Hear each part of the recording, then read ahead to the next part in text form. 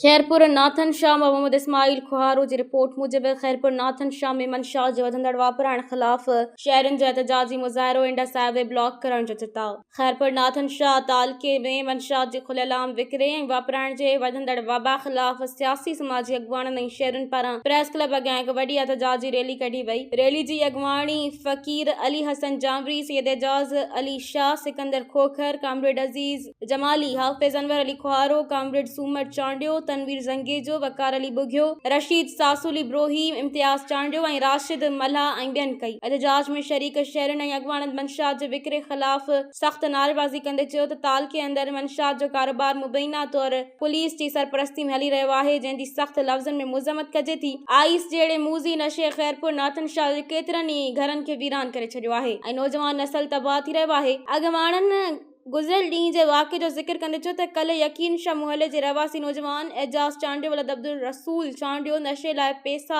न मिलण ते मजबूर थी फाओ खाए पंहिंजी ज़िंदगी जो अंत आणे छॾियो, जेको इंतज़ामिया लाइ हिकु वॾो सवालिया निशान आहे। मुज़ाहिरीन आला इख़्तियारनि खां मुतालबो कयो त तालके अंदरि मंशा जे अॾनि ख़िलाफ़ फ़ौरी ऐं बेरहम ऑपरेशन कयो वञे। हिननि ख़बरदार कंदे चयो त जेकॾहिं मंशात खे रोकण लाइ अमली क़दम न खयां विया त एहतजाज जो दायरो वधायो वेंदो ऐं इंडा साहिब खे मुकमल तौर ब्लॉक कयो वेंदो।